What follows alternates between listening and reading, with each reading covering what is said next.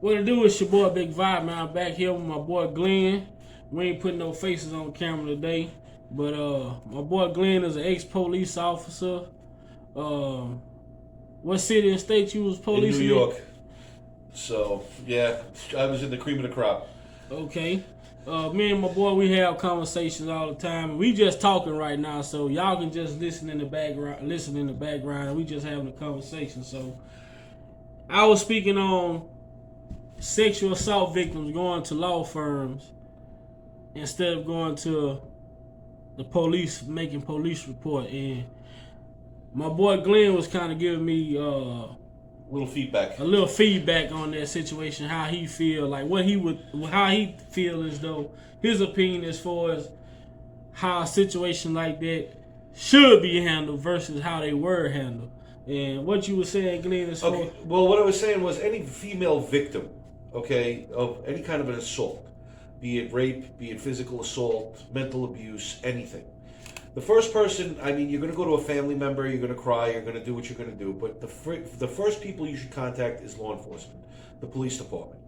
Once you contact the police department, you write a police report. Then, after the police report is done, you go get a rape kit, or you get, tested, or your bruises get pictures of, so that there is definite evidence of an assault or some type of action that took place. Because in this society, it's your word against another person's word. You know, everybody's innocent until proven guilty, even though people don't like that anymore. But that's the truth. So if you're going to make a claim, you're going to make a claim to the police department first. Then down the road, if it's going to be, one of these high-profile cases, or if it's going to be anything else, or he said, she said, that's when you get retained counsel, and you go to court, and you fight it in court, like anybody would. And then the truth comes out. If somebody was, abused, or if somebody's making it up or something like that, that's the process. So you have a paper trail. There's always a paper trail. You go to the hospital, you get checked out. You get, everything done. The police can even meet you at the hospital while you're getting checked out. You give them your story. Everything is done. Everything is written down. Everything is documented. When you do go to court, your attorney has everything documented. You went to XYZ hospital. You went to XYZ police precinct. You were at the house and we came to you. Whatever the case was, and then this is exactly what we were informed of. right. Then they follow up on the allegation. Okay. That's the way it's supposed to be done properly. You don't go to a lawyer, any one of these ambulance chases that are going to tell you that, you come to my office instead of going there because we know how to do it better. No, there is no better. There is one way to do things, and there is the right way and the wrong way. And that's the wrong way. The right way is you take care of business on your own end, so that this way you have concrete evidence that something took place, and that you reported that something took place. This is not coming out of your ass. This is not coming out of the sky. This is not something you dreamt about. This is something that you're alleging actually happened. Then you take it from there. But that's the way it should be done. Right. So how do you feel about someone settling a lawsuit when the accuser don't even have proof of the allegation? Okay, this is a different type of tactic, and it happens with a lot of high profile people. When you start making money, or you become famous, or you become one of these elites that are out there, what they do is just like a major company. They set aside X amount of dollars for lawsuits, okay? And a lot of times it's easier for them to pay somebody to keep them quiet, be they right or wrong, than it is to go through the process of being dragged through the mud, brought on TV, accused of all of this stuff, because you're going to always have people who believe or don't believe, no matter what. Okay. Even if the truth is out there in the face, people are still going to doubt it, or people are still going to have their own opinion, and that you'll never escape from. So that affects your bottom line at the end of the month. Okay. You understand? Or at the end of your career. So, you're not going to sell a million albums. Now you're only going to sell 100,000 albums, because all these people don't like you now because they think that you're a rapist, or you're, a tax evader, or you're whatever. You know what I'm saying? Whatever they can come up with. An adulterer, or whatever, So it makes you look bad. So what they do is they'll pull somebody to the side and settle out of court with them. And something like what they said, what Trump did with Stormy Daniels. They signed an agreement, okay? And in that agreement, it states that I'm going to receive X amount of dollars and I am not going to. All right, keep going. Okay, so they'll say, I'm not going to mention what happened by law, and if I do, I break this contract and I can violate, my terms, whatever, and go to jail or be subject to, perjury or whatever, or legal action. So, a lot of companies do the same thing. You get into a car accident, right, and you claim you got hurt. Meanwhile, you didn't get hurt.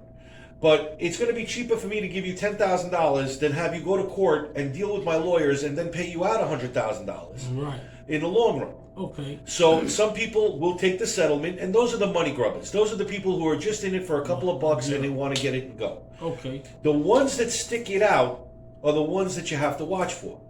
Because in that case, they may either have facts, and there are real facts to their claim. Okay. Or they want to push their luck and see what they can get. Right. And maybe they feel that they have a leg to stand on. Maybe they've met you. Maybe there's a picture of you and that person. Right. Maybe there's video of you and them together. Right. And then what happens afterwards when people don't see is anybody's guess. I'll give you a perfect example. A guy that I know worked 9 to 5 every day. Okay? He got together with a girl. They had a kid together. They thought, he thought everything was great. He thought they were in love. He thought everything was wonderful. At 10 o'clock on a Saturday night, the wife calls the police. Says that, well, she's not a wife, but girlfriend, fiance, future wife. They were planning to get married the whole night. Okay, it doesn't matter. Anyway, calls the cops on him and says that he beat her up. She had a bruise on her arm from God knows what. The man never touched her. Not that type of person. Never touched her. Never put his hands on her. But she knew that by locking him up on the weekend, he wouldn't see a judge until Monday. Right. By the time he got out of court Monday and came home, the apartment was empty. The woman took the ice trays out of the ice maker. So it was premeditated. Premeditated. And there are people that do this. But not only did she flee the apartment, she fled the state. So now he's got to fight for custody or viewing of his son, custody of his son in 2 states. The state that he was in and the state that she fled to. Wow. For her false accusation of him beating on her. And then tried to use that defense of him being abusive throughout their whole relationship. Yet, if they would have asked, the court would have asked anybody who knew him or knew them, like myself or, right. A lot of his other friends and associates, they would tell you that no, he would never lift a hand against a woman. So it was just her. It was just her making it up. Now, see, people do this. This is right. something that people do. And just like with R. Kelly, just like with a lot of other famous people, right? They will say whatever they feel they need to say to get whatever they feel that they need to get. And that's the thing and that's why me and you had this conversation. We talk about everything.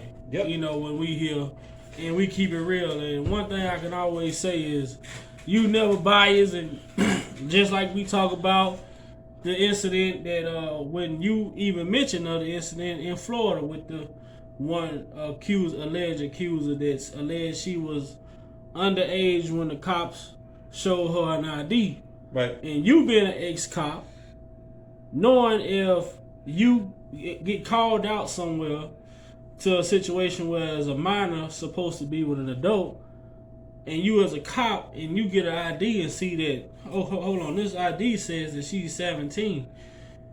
There's no way ethical that you supposed to leave this minor if in adult custody, unless they're allowed by their parents, they've been given guardianship to this individual, or their parents allowed them to be with this individual, you know what I'm saying? Right. But even then, it's always questionable as to why is a 17-year-old around an adult, or a 16-year-old, or a 15-year-old. Right. Unless they're a family member or a close friend of the family and they have, parental permission to be with these children, you know what I'm saying? There's no other reason for them not to be there. Now, if there's an incident with a minor, you're supposed to contact the parents.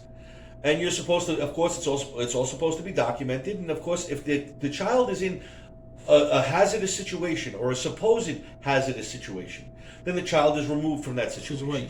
And then they either go with the state, or their parents get contacted, or a family member gets contacted, and they come and pick them up.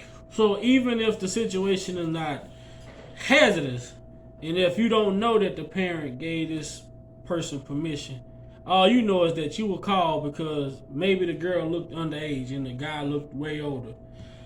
and you get there and you realize that's the case. Yeah. So, well, a good cop would contact their parents. Reach out to somebody. right. And verify that she was given permission to be with this individual. Because 9 times out of 10, the mom and dad don't have a clue of what's going on. Right. Kids sneak out, they do their own thing, they lie left and right. How many kids have fake IDs? How many kids go out there and do things, they're 16 and say they're 21, right. Or you know what I'm saying? And that's a problem. But the thing is, if you're going to do your job and you're going to do it properly, and especially if a kid is with somebody who's influential on them, or in any way, let's say sexually or anything like that, then of course you want to get them out of that situation, or you want to make sure that they're supposed to be there in any way, Okay. And even if they're not, if you have a strong enough feeling about it, you can act on it. Right. In some states you can't, but that's the way it is. Like here in Texas, you have the Romeo and Juliet law. If one person is 17 and the other person's 19 or 20 years old, but they've been dating since the other person was a minor, or they were together for a certain amount of time, then that's allowed. You know what I'm saying? But if it's just some teenager hanging out at a club or a bar, and you caught them, then you don't leave them at the bar or the club. Right. You know what I'm saying? Right. So with that being said, and you being an ex-officer, but when you were as an active officer, yeah. So when you go back to do your investigation, do you check up on that situation, or do you just once you leave, you can check up on it yourself, depending on how you feel about the situation. But there is also, once you put your report in, Child Services takes a look. They see if it's worthy of actual, right. review. And then, you know what I'm saying, they'll contact the parents or the child and see how they've been, or if they've been okay. But again, this is our government that we work in. People fall through the cracks. People, don't do the job they were supposed to do. Right. People put off doing things that they were supposed to do. And you see it every day. Okay. And it's a flagrant disregard for actual society rules and regulations. You understand what I'm saying?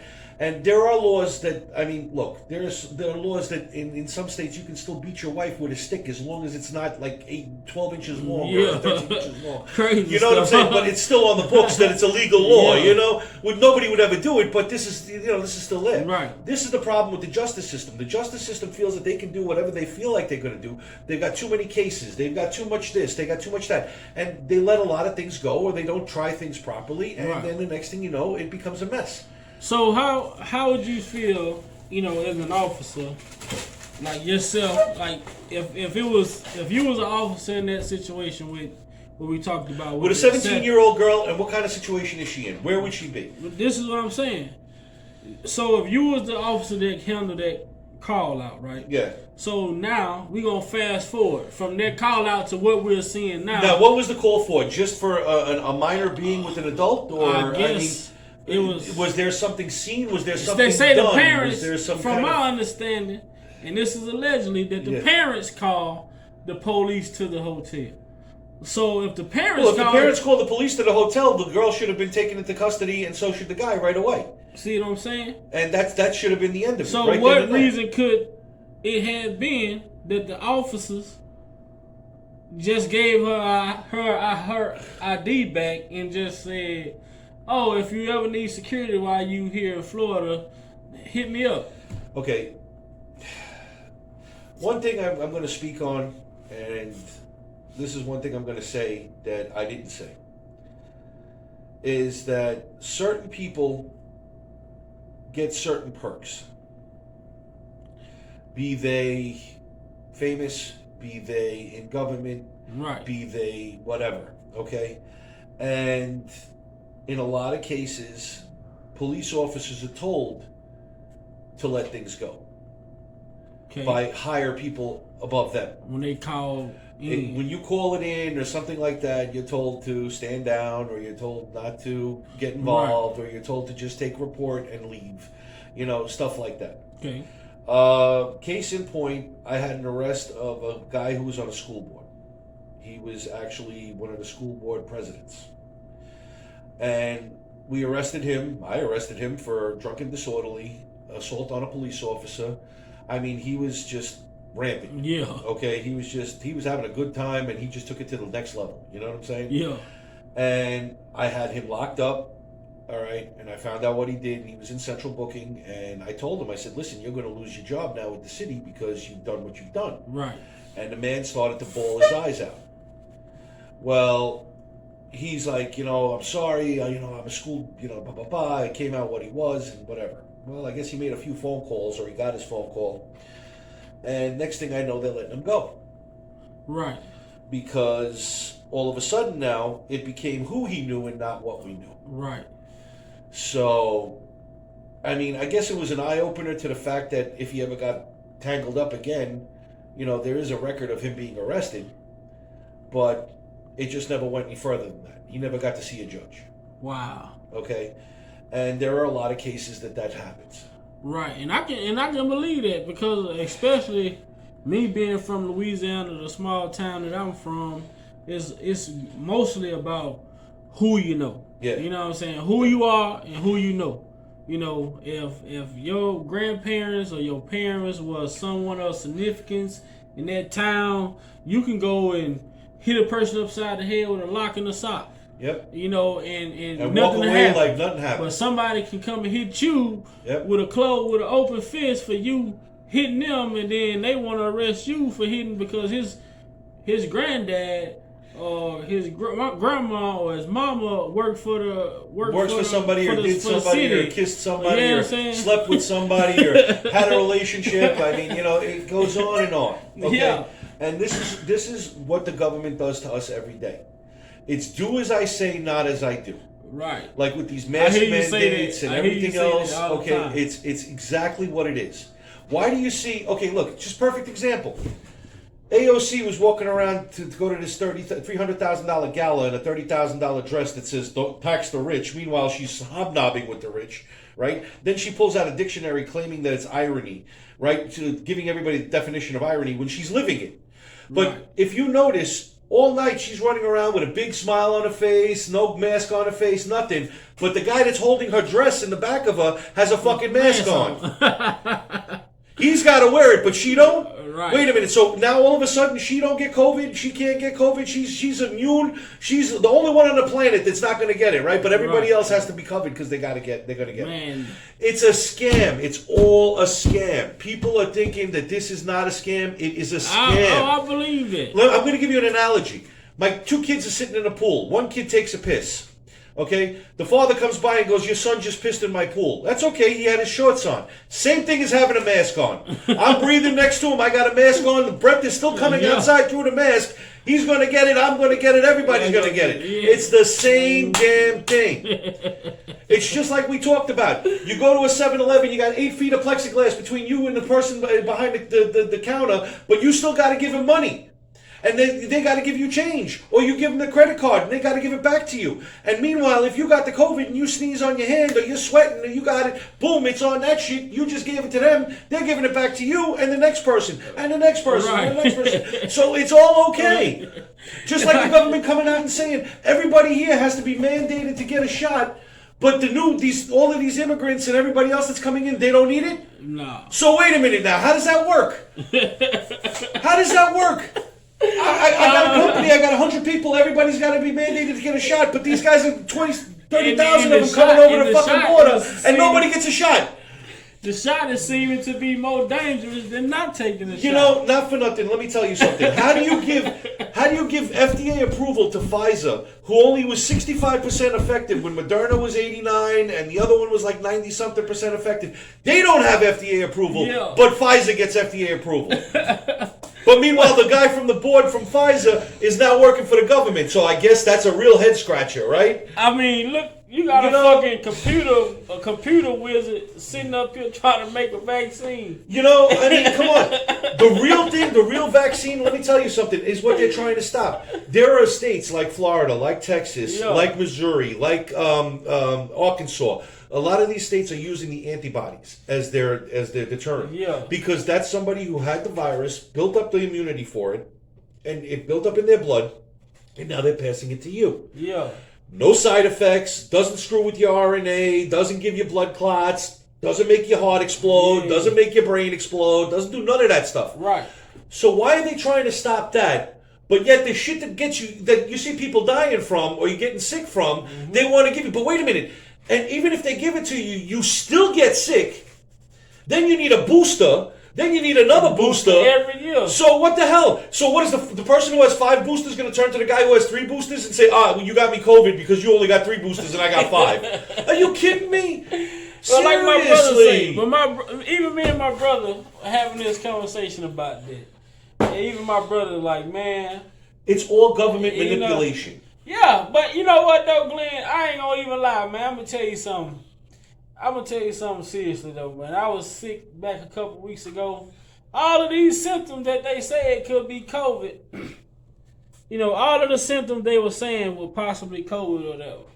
I'm like, man, I was having headaches. I don't never have headaches. Man, my body, my legs was aching.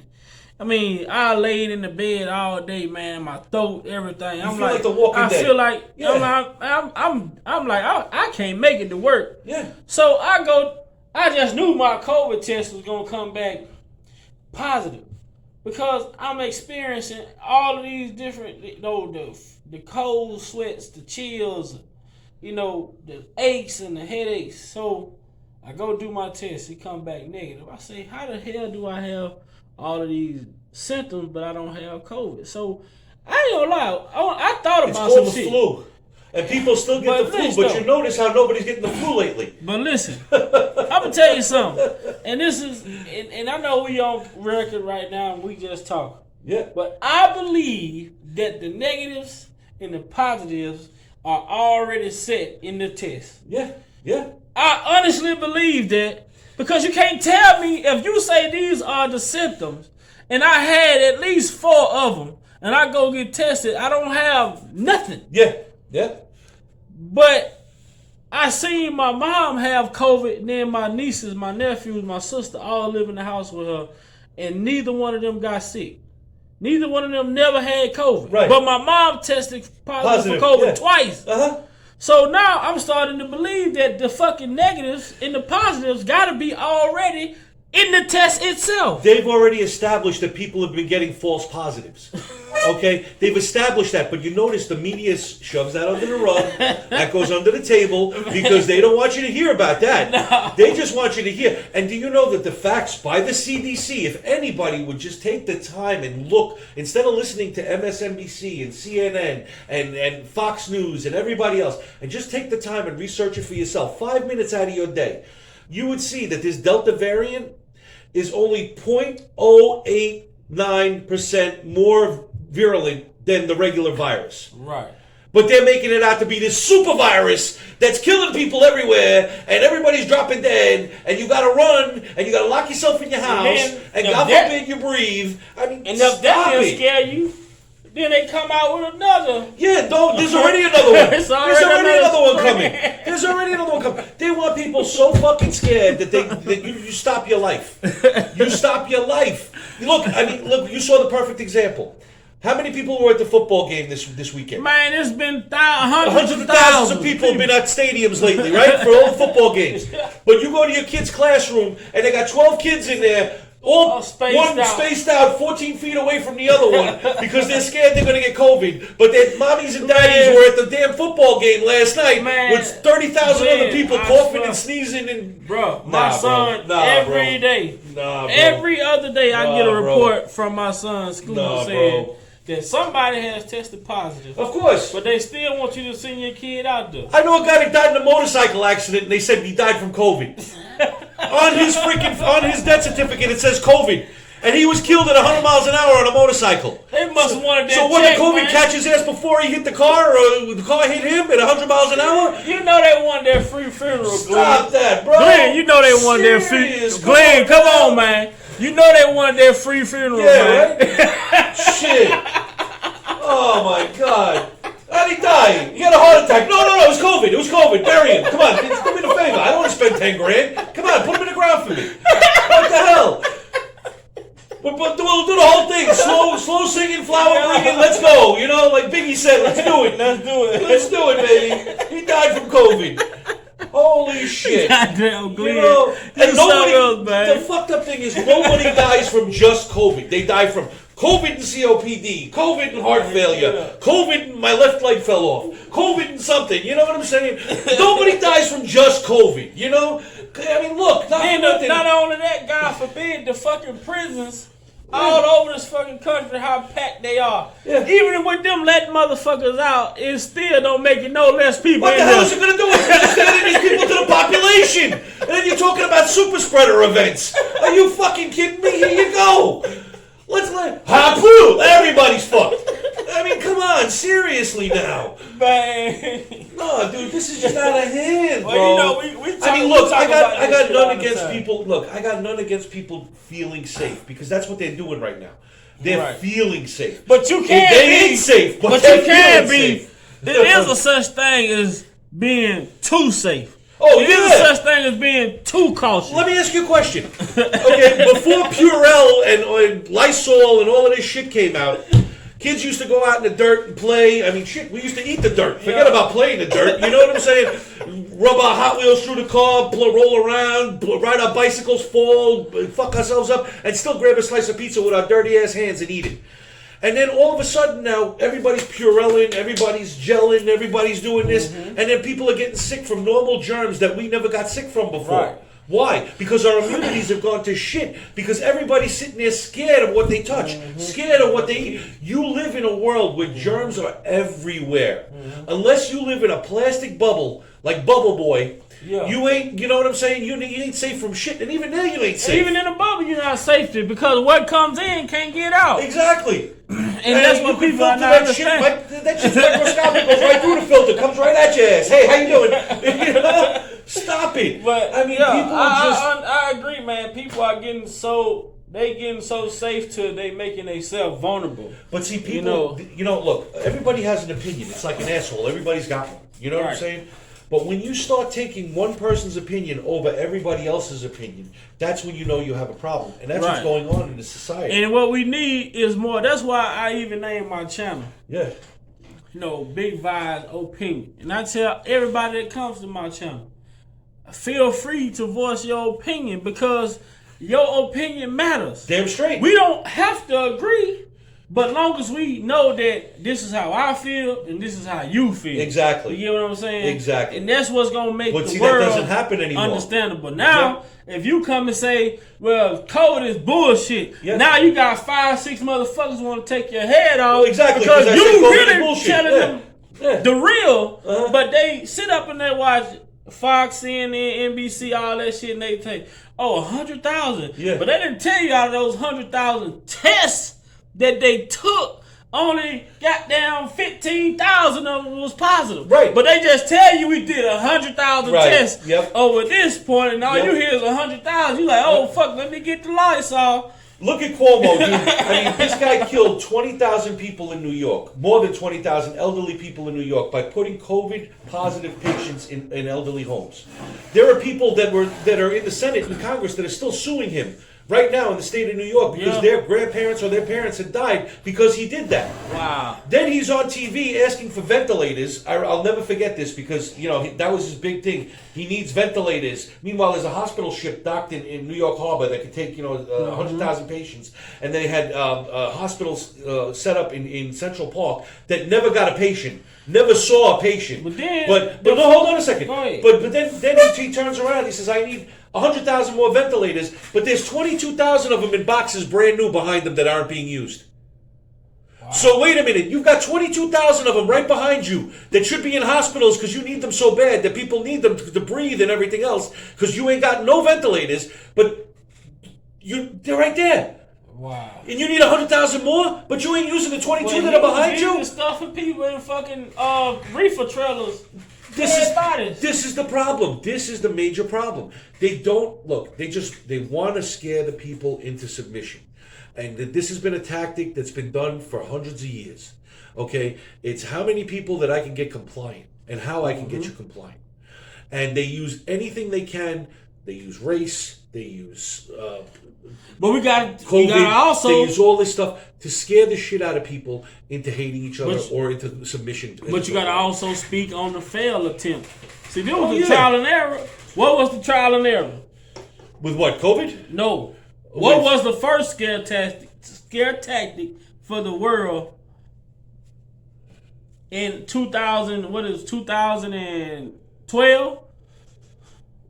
What? When the towers got hit? No. That was 11. Yeah. Ebola. Oh, Ebola. 16. Oh, yeah, Ebola. That was Okay. the first. That was the first trail. We can go before Ebola. Hold on a second. We can go before Ebola. We had swine flu. We had mad cow disease. We had the West first Nile. COVID. We had West Nile. And I was a cop during those times, okay? Yeah. And they didn't ask us to wear gloves and masks and air tanks and fucking, hide under your pillow and all of this other shit, okay? And get 700 vaccines and, run around with the, hose up your ass to help you breathe. No, none of this stuff happened. Wow. And we still survived. But yes, that was their way of saying, hey, listen, they tune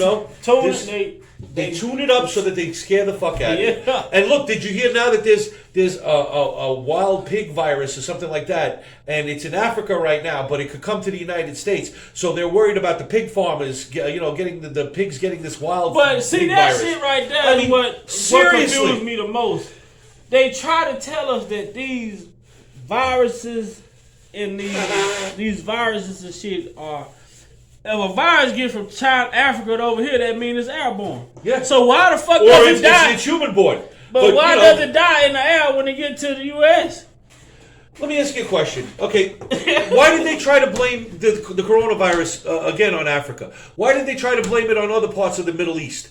Because they didn't want you to know that it came from Wuhan out of a laboratory. Yeah. Because that's where it really came from. Right? So we all know this, but they're still fighting that. Oh no, it's not proven yet. It's not proven yet. No, everybody said it was, but no, it's not proven yet. No, it's okay. So, doctors that came out from China that claimed that the virus escaped from their lab wind up dead. How the fuck can a virus escape from their lab? They wind up dead because it escaped from their lab, okay? But no, it didn't come from there. No. Here, don't look at my left hand. Look at my right hand. My left hand's going to pick your pocket. My right hand's going to shake in front of you. Shit. You know what I'm saying? They put any spin they can. They said that it came out of a bat fucking, bat soup or something like that. Meanwhile, there are no bats for like 120 miles of Wuhan, but it was in a bat soup over there, Some guy just got lucky and he was the only one that got bat. But you know what the biggest issue is, though, it's just, Glenn?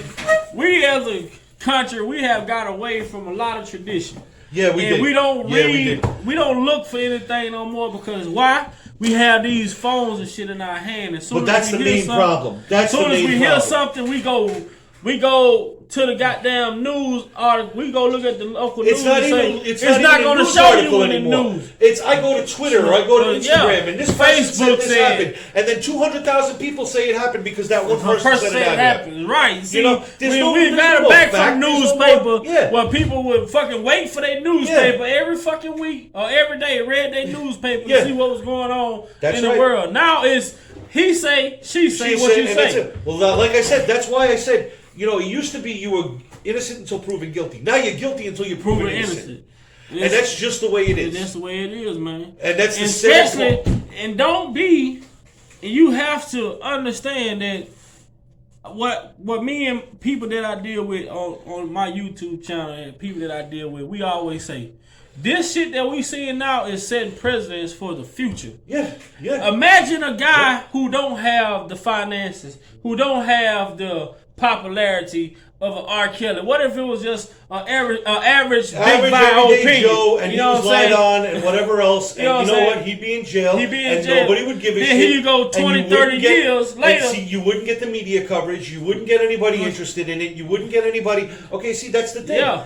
You're rich, you're fabulous, you're somebody out there. But look, Nicki Minaj made a tweet the other day. She spoke her heart. She spoke the way she was. You know how she was attacked by people all on her Twitter page and everything else? Because all of a sudden now she thought like a rational person, and everybody who's irrational about what's going on is flipping out about it. Right. They all want to talk about follow the science and follow the facts. Well, I'm following the science and I'm following the facts. And I'm not as uptight about it as all of these people who aren't following the science and the facts but claim they are. We got about 2 minutes left, and I'm going to say this, and this is somehow I feel, and it's just my opinion. I feel like they are making brown-skinned faces the face to all of these mischievous actions that you see without in the world. Now you got black You got brown skin faces, the face of pedophilia now. You got brown skin faces, the face of the LGBTQ, all this stuff. Now you got brown skin faces, the face of out here promoting to these young girls stripping and prostituting and let me just say this real quick. This is on your opinion because this is the fact.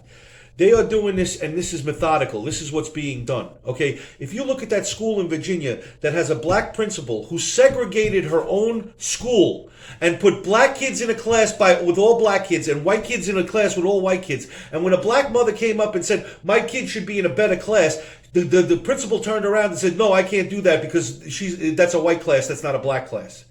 And this is happening today in 2021, wow. Not 1800s, not anywhere else. So where did we go? We didn't go forward. We went back.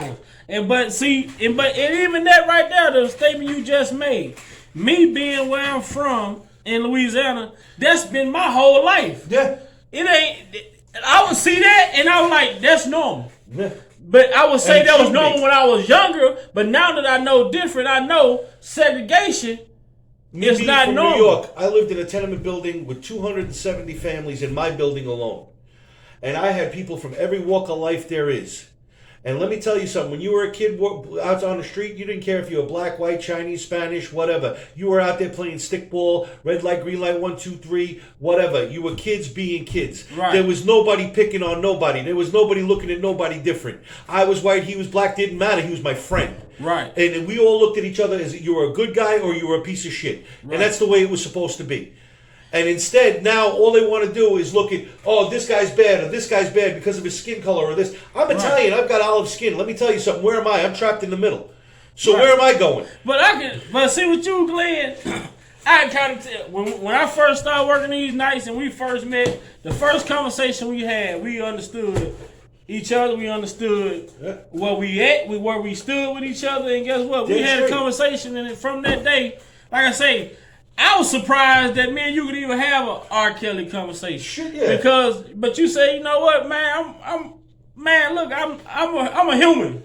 Just like you are. Just like you. We put our pants on one leg at a time. Yeah. We go to work to make our lives better. We don't go out there to people compete with each other. Yeah, that's fine. Competition is what made the country great, And the green eye of envy is out there. Like George Carlin said, your neighbor gets a dildo that plays fucking O Come O Ye Faithful, and you're going to want one too. So there you go. That's commerce. You know what I'm saying?